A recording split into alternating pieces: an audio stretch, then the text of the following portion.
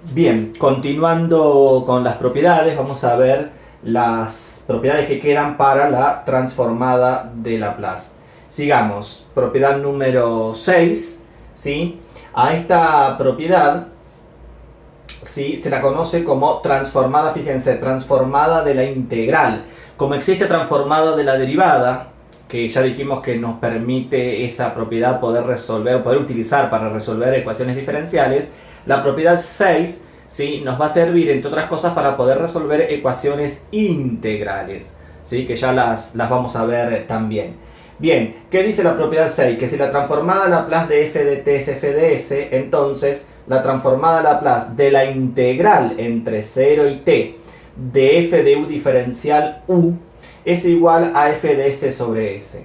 Bien, ¿por qué acá ponemos u y no ponemos t? En realidad sería f de t. ¿Por qué no ponemos f de t? Porque como el límite superior de la integral ya es la variable t, entonces en el integrando se suele usar otra variable y no la misma letra, ¿sí? Porque después cuando tengamos que aplicar la regla de Barrow, vamos a reemplazar a la t por la t, ¿no? Medio como trivial. Entonces justamente lo que se suele hacer cuando uno de los límites de la integral es justamente la variable, ¿sí?, de integración, entonces se suele cambiar la variable en el integrando. Acá usamos la letra u, que se la suele llamar variable muda o variable comodín, ¿sí? Es el nombre que recibe.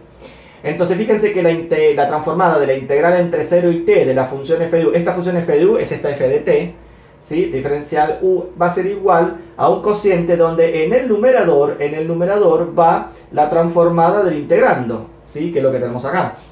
La f de s no es otra cosa que la transformada del integrando. En este caso, la abscisa de convergencia va a ser sigma o reales de s mayor que sigma 0, ¿sí?, mayor o igual que 0. Acá sí se exige el sigma 0, ¿se acuerdan que es la abscisa de convergencia absoluta de la función f de t que yo voy a transformar? Y acá sí se exige que tiene que ser mayor o igual que 0, en este caso. Bien, vamos con un ejemplo, ¿sí? Supongamos que queremos calcular la transformada de Laplace de la integral entre 0 y t de seno de 2u diferencial u. Bueno, según la propiedad, dijimos, en el numerador va la transformada del integrando. Si el integrando es seno de 2u, acá en el numerador ponemos, ven, transformada del seno de 2t. Yo acá puse ya seno de 2t y no puse seno de 2u porque fíjense que ya acá no hay problemas con respecto a la variable t. Podríamos haber puesto seno de 2u también, es lo mismo, está bien igual, ¿sí? Porque igual ahora lo vamos a transformar. Entonces la transformada del seno de 2t, que sería la transformada del integrando, dividido s, como dice el teorema. Bueno, la transformada del seno de 2t por tabla es 2 sobre s cuadrado más 2 al cuadrado, 4, es decir, 2 sobre s cuadrado más 4 dividido s. Luego dividimos ambas fracciones y nos queda 2 sobre s por s al cuadrado más 4. Y como dijimos, la abscisa de convergencia va a ser real de s mayor que 0, ya que el seno de 2u o el seno de 2t, su abscisa de convergencia, ¿sí?, es, ¿se acuerdan?, módulo de la parte imaginaria, en este caso de 2, que como es real, eso da 0, ¿sí? Entonces, la abscisa de convergencia real de s mayor que 0, en este caso. Bueno, tenemos entonces la transformada de Laplace de la integral, que ya después más adelante la vamos a utilizar en la resolución de ecuaciones integrales o íntegro diferenciales, como dijimos. Vamos con la propiedad 7. Bueno, la propiedad 7 tiene dos nombres, según cómo se la mire, ¿no? Obviamente.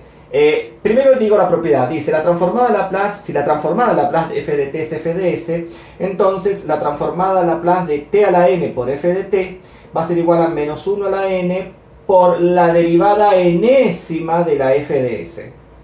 Bien, decíamos entonces, en algunos libros el menos 1 a la n, en vez de encontrarlo acá, lo van a encontrar acá adentro. Es decir, acá va a decir menos t, todo elevado a la n. Es lo mismo. Que el menos 1 esté acá acompañando a la t o que esté acompañando de este lado, es lo mismo, porque por ahí en última instancia van a tener que despejar ese menos 1. ¿Sí? Pero digo, en algunos casos este menos 1 suele aparecer acá adentro y acá suele decir menos t a la n. ¿Sí? Bien, primera observación. Segunda observación. A esta propiedad, dijimos, se la conoce como multiplicación por potencias de t, porque fíjense que la función f de t, la función objeto, la estamos multiplicando por potencias de t. Eso se conoce en algunos libros, ¿sí?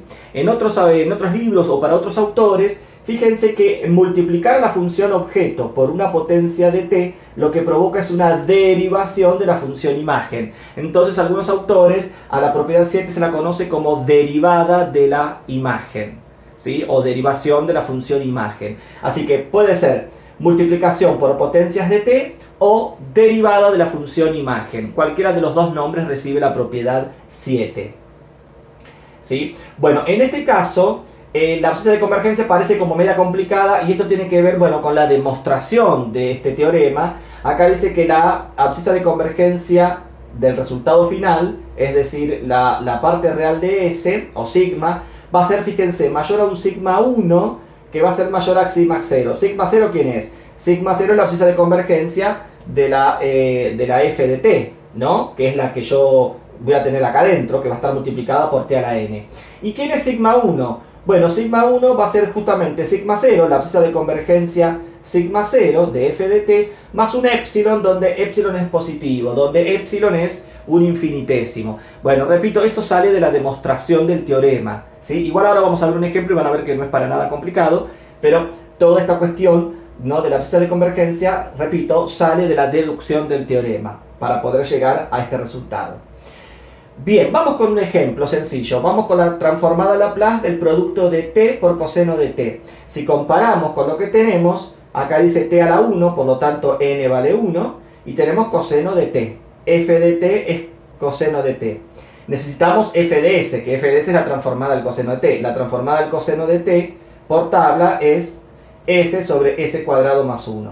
Y esa es la que vamos a derivar una vez, porque justamente n ¿cuánto vale? N vale 1, porque tenemos t a la 1. Si n vale 1, nos va a quedar menos 1 a la 1, menos 1 a la 1, y la derivada de orden 1 de nuestra f de s, es decir, menos 1 a la 1, menos 1, por la derivada primera de s sobre s cuadrado más 1. Bueno, derivamos, simplemente derivamos este cociente, ¿sí? Y metemos el menos dentro y nos termina quedando s cuadrado menos 1 sobre s cuadrado más 1 todo al cuadrado. Ese sería el resultado final, ¿sí? En este caso. Y bueno, acá la abscisa de convergencia, como decíamos, la abscisa de convergencia del resultado final, vamos a tener real de s mayor que 0. Sería real de s mayor que sigma 1 mayor que sigma 0. En este caso, como estamos transformando coseno de t, ya sabemos que el coseno de t, la abscisa de convergencia del coseno de t es real de s mayor que 0. O si se quiere, el sigma sub 0, la abscisa de convergencia absoluta del coseno de t, es justamente, en este caso en particular, ¿sí?, es 0. Entonces, como sigma 0 vale 0, ¿sí?, ¿qué tenemos? Tenemos que real de s del resultado final, ¿sí?, va a ser mayor que sigma 1 mayor que 0. En definitiva, real de s va a ser mayor que 0. Porque fíjense que sigma 1, si ustedes miran bien acá, sigma 1 va a ser en este caso 0, porque dijimos que la abscisa de convergencia absoluta del coseno de t es 0, ¿sí? Entonces sigma 1 va a ser 0 más epsilon. Pero como hay un límite, cuando epsilon tiende a infinito, sigma 1 me termina dando 0. Entonces definitivamente la parte real de s va a ser 0. Esta va a ser la abscisa de convergencia del resultado final, es decir, de toda esta función que al transformarla converge a esta otra si pasa esto que tenemos acá. Bien, propiedad 8. ¿Sí? La propiedad 8 también tiene dos nombres según cómo se la mire, igual que la propiedad 7. La propiedad 8 que establece que si la transformada Laplace de f de t es f de s, entonces la transformada Laplace del cociente de la función objeto f de t dividido t, eso me va a provocar una integral. Va a ser la integral entre s e infinito de f de u diferencial u. Bueno, a ver, acá la f de u es la f de s, pero como en el caso anterior, ¿por qué ponemos f de u diferencial u y no ponemos f de s? Porque el límite inferior de la integral es s.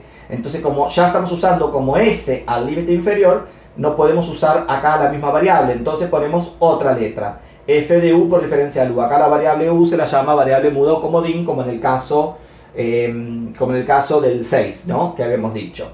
Bien, decíamos que esta propiedad se la conoce de dos maneras. Una sería, si yo miro esto, se la conoce como propiedad de la división por t. ¿Por qué? Porque la función objeto la estamos dividiendo por t, ¿sí? Algunos autores, en algunos libros, aparece como, ¿sí?, propiedad de la división por t. Y otros autores, si ustedes miran acá, lo que está apareciendo es la integral de la función imagen. Entonces, a la propiedad 8 se la conoce como propiedad de la integral de la función imagen. Como a la propiedad 7 se la conoce como propiedad de la derivada de la función imagen, a la 8 se la conoce como propiedad de la integral de la función imagen, ¿sí? Son entonces los dos nombres que pueden tener según el autor, según el texto, según el apunte. Bueno, y acá también, la abscesa de convergencia se determina igual que en el caso anterior, ¿sí? La parte real de S o sigma va a ser mayor que sigma 1, que va a ser a su vez mayor que sigma 0, donde sigma 1 tiene esta forma, ¿sí? Tal cual, esto es tal cual como en el caso 7. Vamos con un ejemplo de esto, ¿sí? Por ejemplo, calculemos la transformada de Laplace de 1 menos e a la menos 3t todo dividido t, ¿sí? Todo dividido t. Entonces, fíjense, ¿qué es lo que tenemos acá? Bueno, si la comparamos con la propiedad, todo el numerador, 1 menos e a la menos 3t sería nuestra f de t, ¿sí? Sería nuestra f de t que vamos a necesitar su transformada, ¿sí? Entonces, fíjense que la propiedad que dice que va a ser la integral entre s e infinito de f de u. F de u es la transformada del numerador, por eso que acá tenemos como integrando la transformada de 1 menos e a la menos 3t diferencial u. Así que la transformada de Laplace de 1 menos e a la menos 3t todo dividido t por la propiedad 8 va a ser igual a la integral entre s e infinito de la transformada de Laplace del numerador del cociente de 1 menos e a la menos 3t todo diferencial u, ¿sí? Bueno, calculamos esta transformada, entonces nos queda la integral entre s e infinito, la transformada de 1 por tabla, ya sabemos que es 1 sobre u, no vamos a poner s, usamos la letra u, 1 sobre u, menos, y la transformada de Laplace de e a la menos 3t va a ser 1 sobre u menos menos 3, es decir, 1 sobre u más 3. Bueno, ¿ahora qué hacemos? ¿Sí? Fíjense, hacemos varias cosas. Primero, hacemos la cuenta de restar en el integrando, primera cuestión. Y segunda cuestión, fíjense que esta integral es una integral impropia. Por lo tanto, acá va a aparecer un límite, ¿sí? Acuérdense de análisis 1. Entonces, a esta integral la vamos a escribir como límite cuando epsilon tiende a infinito. Acá usamos otra variable, epsilon. Límite cuando epsilon tiende a infinito de la integral entre s y epsilon. Y si hacemos la cuenta, esto es 3 sobre u por u más 3 diferencial u. Repito, límite cuando epsilon tiende a infinito de la integral entre s y epsilon de 3 sobre u por u más 3 diferencial u. Que esto sale de hacer la cuenta de restar. Bien, ahora esto es fracciones simples, ¿sí? O podemos aplicar la tabla de integrales, ¿sí? O algún método de sustitución, sale muy rápido, va a ser un logaritmo. La primitiva de 3 sobre u por u más 3 va a ser el logaritmo natural de u sobre u más 3, justamente. Entonces, esta integral, el límite de esta integral se va a transformar en el límite cuando epsilon tiende a infinito del logaritmo natural de u sobre u más 3 entre s y epsilon. Y ahora aplicamos Barrow, ¿sí? Es la primitiva en el límite superior, que va a ser un límite, menos la primitiva en el límite inferior. La primitiva en el límite superior va a ser el límite cuando epsilon tiende a infinito del logaritmo natural de epsilon sobre epsilon más 3, menos la primitiva en el límite inferior, que sería s, menos logaritmo natural de s sobre s más 3, ¿sí? Y bien, este límite, cuando epsilon tiende a infinito, vale 0. ¿Por qué? Porque si existe el límite y si existe el logaritmo, ustedes saben que se puede invertir. Y el límite de un logaritmo es igual al logaritmo del límite. Si yo este límite lo introduzco acá adentro, nos quedaría logaritmo natural del límite, cuando epsilon tiende a infinito, de epsilon sobre epsilon más 3. Ese límite es del tipo infinito sobre infinito. Si aplicamos L'Hopital, nos termina dando 1, ¿sí? Y nos terminaría quedando el logaritmo natural de 1, por lo tanto 0, ¿sí? Es un límite de análisis 1 fácil de calcular. Y acá, por último, podemos dejar esto expresado así, o por propiedad de logaritmos, como acá hay un menos, o podemos pensarlo como un menos 1, multiplicando el logaritmo por propiedad de logaritmos, lo subimos como exponente del argumento, ¿sí? E invertimos el argumento, porque como nos quedaría elevado todo el argumento, nos quedaría elevado a la menos 1, lo invertimos, ¿sí? Y nos termina quedando directamente el logaritmo natural, ¿sí?, de s más 3 sobre s. Este sería entonces el resultado final. Esta sería la transformada de Laplace de este cociente que ustedes tienen ahí, donde la abscisa de convergencia, la parte real de s, va a ser mayor que 0, porque otra vez en este caso, si usamos esto, ¿sí?, sigma 0 sería la abscisa de convergencia de f de t. Acá f de t es esto, 1 menos i a la menos 3t. ¿Sí? Como es una combinación de dos, se acuerdan que la abscisa de convergencia es el máximo de las abscisas de convergencia de cada una. La abscisa de convergencia de la función 1, ¿sí?, va a ser 0, ¿sí?, y la abscisa de convergencia de la función e a la menos 3t va a ser menos 3. El máximo entre 0 y menos 3 es 0. Entonces, sigma sub 0 vale 0, y nuevamente, si sigma sub 0 vale 0, sigma 1 va a ser 0 más epsilon, sigma 1 va a ser epsilon, y cuando epsilon tiende a 0, sigma 1 también tiende a 0, así que en definitiva, la parte real de S, el sigma del resultado final, la abscisa de convergencia de todo esto, va a ser justamente mayor que 0. Y ahí tenemos entonces un ejemplo de esta propiedad, que es la transformada de la división por t o de la integral de la función imagen. Bien, y para ir terminando, la última propiedad, igual vamos a ver dos más, pero la última propiedad, la propiedad 9, ¿sí?, es la transformada de la función periódica. Porque, ¿qué pasa si, por ejemplo, tenemos una ecuación diferencial, como ya vamos a ver?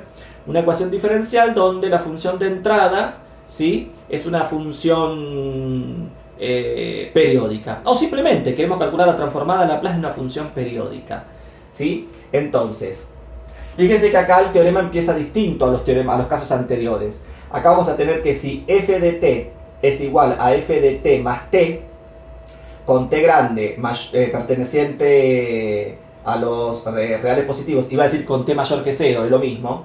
T es el periodo, el t mayúscula es el periodo, ¿sí?, recuerdan de Fourier.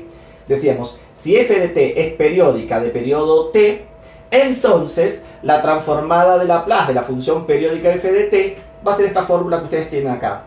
Va a ser un cociente donde en el numerador es la integral entre 0 y el periodo t de la función f de t por e a la menos st diferencial t, todo dividido 1 menos e elevado a la menos s por el periodo. ¿Sí? Fíjense que ahí dice t mayúscula, t mayúscula. Obviamente que hay una demostración, ¿sí? Hay una demostración, no hay una sola forma de demostrarlo, pero hay demostración de este teorema. La fórmula parece difícil, pero van a ver que no. Donde la abscisa de convergencia, acá siempre va a ser la parte real de S mayor que 0. Así que cada vez que calculemos la transformada de Laplace de una función periódica, siempre su abscisa de convergencia va a ser mayor que 0. Bueno, acá tenemos un ejemplo, ¿sí? ¿Sí? Esta función sería una diente de sierra semi, por decirlo de alguna manera, semi-diente de sierra. ¿Por qué?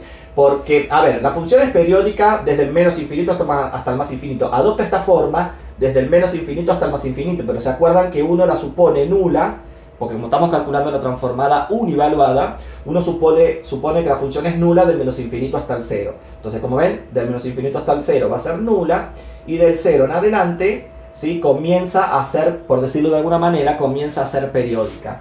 Periódica de periodo 1, ¿sí? Y tiene la forma de lo que se llama diente de sierra. Entonces la función f, ¿qué forma tiene? F de t igual a t para t mayor que 0, ¿sí? Son estos segmentos de recta. Como dijimos, es nula para t menor que 0 y es periódica de periodo 1, f de t igual a f de t más 1, es periódica de periodo 1, obviamente a partir del 0 en adelante. También a estas funciones se las suelen llamar funciones semiperiódicas. Semiperiódicas porque justamente comienzan a estar periódicas, es decir, si fuera una señal, ¿sí?, una señal electroacústica, electromagnética, comienza a estar activa a partir del 0 en adelante y además comienza siendo periódica, ¿sí? Entonces se las suele llamar funciones o señales semiperiódicas, ¿sí? Bien, entonces ya sabemos que t mayúscula vale 1. ¿Qué es lo que vamos a reemplazar acá? Entonces, la transformada de Laplace de esta señal o de esta función semiperiódica llamada diente de sierra, ¿sí?, f de t es igual a la integral entre 0 y el periodo 1 porque es periódica del periodo 1, entre 0 y el periodo 1 de la función t, por e a la menos st diferencial t, todo dividido 1 menos e a la menos s por el periodo que vale 1. Bueno, lo que hacemos es buscar en una tabla de integrales la primitiva de t por e a la menos st, o la pueden hacer por partes, ¿sí? Es lo mismo. Acá tenemos la primitiva. Es e a la menos st sobre menos s por t menos 1 sobre menos s entre 0 y 1. Y todo dividido 1 menos e a la menos s. Bueno, simplemente aplicamos Barrow, la primitiva en el límite superior 1 menos la primitiva en el límite inferior 0. Si hacemos esas cuentas y aplicamos un poquito de álgebra, llegamos directamente al resultado final que tenemos acá, que va a ser 1 menos e a la menos s por e a la menos s, todo dividido s cuadrado por 1 menos e a la menos s. Fíjense que las exponenciales las dejamos escritas así. Las dejamos escritas como e a la menos s, e a la menos 2s, e a la menos 5s. No hace falta invertirla y seguir trabajándolas. ¿Por qué? Porque como esto seguramente va a estar dentro o va a ser parte de un ejercicio mayor, en algún momento vamos a tener que aplicar antitransformada. Entonces conviene que esté escrita de esta manera y no seguir desarrollándola más, porque podemos llegar a expresiones que después por ahí no vamos a saber bien cómo antitransformarlas. Así que conviene dejarlas expresadas así, como exponenciales de exponente negativo. Donde la abscisa de convergencia, como dijimos, la abscisa de convergencia van a ser los reales de s mayor que 0. ¿Sí? Y ahí tenemos entonces cómo podemos calcular la transformada de Laplace de una función periódica a partir del 0 en adelante, o si se quiere de una función semiperiódica. Con esto tenemos entonces las 9 propiedades que habíamos dicho al principio. Con estas 9 propiedades ya uno puede empezar a calcular transformadas de Laplace, ¿sí? Teniendo en cuenta, ¿no? Estas cuestiones que hemos visto. Para terminar con esta parte, porque ya después vamos a continuar ya con antitransformadas, es decir, vamos a empezar a calcular antitransformadas. Las antitransformadas, las propiedades para la antitransformada serían estas 9 propiedades, pero si se quieren vistas al revés, ¿sí? Porque vieron que todas empiezan con dada la transformada de f de t igual a f de s, entonces tal cosa. Bueno, ahora al revés. Dada la transformada inversa de f de s, f de t, entonces ¿cómo será la transformada inversa de tal otra? Es decir, estas propiedades, como dije, vistas al revés, ¿no? Esto después lo vamos a ir viendo con los distintos ejemplos, ¿sí? Con los distintos ejemplos vamos a ir analizando algunos casos, ¿sí? Entonces, para terminar, tenemos dos teoremas que también son importantes, llamado teorema del valor inicial y teorema del valor final, ¿sí? Que lo que hacen estos teoremas relacionan tanto la función objeto como la función imagen con límites, ¿sí? Hay una relación entre ellas, entre la función objeto y la función imagen, ¿sí? Pero trabajadas desde sus límites. ¿Qué estamos diciendo acá? ¿Sí? Por ejemplo, sea f continua para todo t mayor que 0 y de orden exponencial sigma 0, en vez de llamarlo gamma, sigma 0, ¿sí? Repito, sea f continua para todo t mayor que 0 y de orden exponencial sigma 0, y además la transformada de Laplace de f de t es f de s, donde la abscisa de convergencia sigue siendo real de s mayor que sigma 0, ¿sí?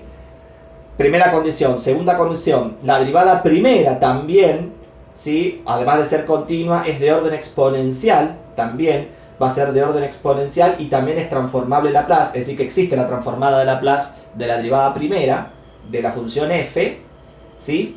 Si tenemos estas dos condiciones, entonces, fíjense lo que tenemos acá. El límite cuando t tiende a 0 por derecha de la función objeto f de t va a ser igual al límite cuando s tiende a infinito de s por la función imagen f de s. Es decir que este teorema, ¿sí? Se lo llama teorema del valor inicial porque me está dando justamente qué es lo que sucede con la función objeto en el inicio, cuando t tiende a 0 por derecha, ¿sí? Este teorema, por ejemplo, ¿cómo lo podemos usar? Por ejemplo, si yo estoy resolviendo, como decíamos, estoy resolviendo una ecuación diferencial y estoy tratando de encontrar la f de t, que es la solución de la ecuación diferencial, yo, por ejemplo, ya con este teorema, antes de resolver la ecuación, antes de llegar al resultado de la ecuación, ¿sí? Sin todavía conocer f de t, yo quisiera saber o podría saber cómo se comporta la función f de t, que sería solución de la ecuación diferencial, en el origen, es decir, cuando empieza el problema, ¿sí? ¿Sí? Donde la t representa tiempo.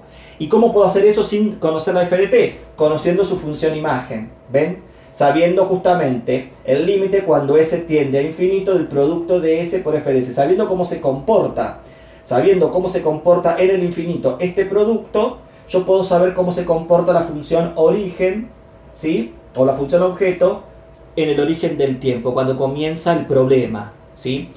Esto es importante, ¿por qué? Porque muchas veces a la hora de resolver una ecuación diferencial nos van a dar lo que se llaman condiciones iniciales. Es decir, qué sé yo, la posición en el instante cero, la velocidad en el instante cero, la temperatura en el instante cero, ¿sí? Entonces fíjense que muchas veces yo ya puedo saber cómo se comporta o cómo se va a comportar la solución en el instante cero, ¿sí? Sabiendo cómo se comporta la función imagen multiplicada por s en el infinito. Por eso que es interesante este teorema, porque relaciona estas dos situaciones. Por eso que se la llama valor inicial, porque tiene que ver con lo que está escrito en el miembro izquierdo. Y después tenemos otro muy parecido que se llama teorema de valor final. Teorema de valor final. Bueno, las dos primeras condiciones son exactamente las mismas. Las dos primeras suposiciones, ¿sí? Son exactamente las mismas, por eso que puse idem. Simplemente que acá se va a agregar una tercera donde, bueno, se va a exigir que sigma 0, ¿se acuerdan? El sigma 0, en este caso sea menor que 0.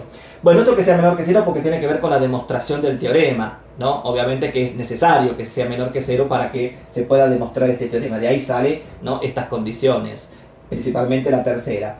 Pero ¿qué dice este teorema? Este teorema dice que el límite cuando t tiende a infinito de la función objeto o de la función origen va a ser igual al límite cuando s tiende a 0, ¿sí?, del producto de s por la función imagen f de s.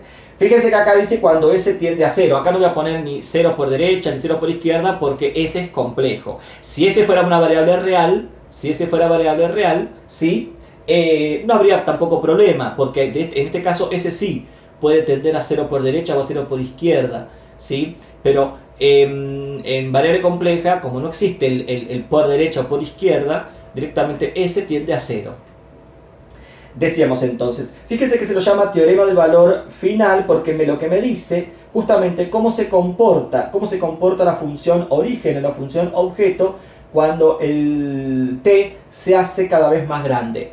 De vuelta, si tenemos una ecuación diferencial donde la solución es justamente la función f de t, fíjense que yo ya antes de llegar al resultado final, antes de saber quién es f de t, yo ya puedo saber cómo se va a comportar esa solución, cómo se va a comportar esa respuesta al sistema, a lo que yo estoy resolviendo, que sería la ecuación diferencial o íntegro diferencial, etc. Yo ya voy a saber cómo se comporta esa ecuación, cómo se va a comportar ese sistema cuando el tiempo t se hace cada vez más grande y tiende a infinito. Simplemente sabiendo cómo se comporta este límite cuando s tiende a 0 del producto de la función f de s, ¿sí?, que es la imagen de la f de t por s. ¿Sí? Entonces también este teorema en ese sentido es interesante porque nos permite saber, ¿sí?, la solución de esa ecuación diferencial, cómo se va a comportar cuando t se hace cada vez más grande. Y muchas veces, y hay muchas aplicaciones donde es necesario que el tiempo t tienda a infinito para saber cómo se comporta, para saber si el sistema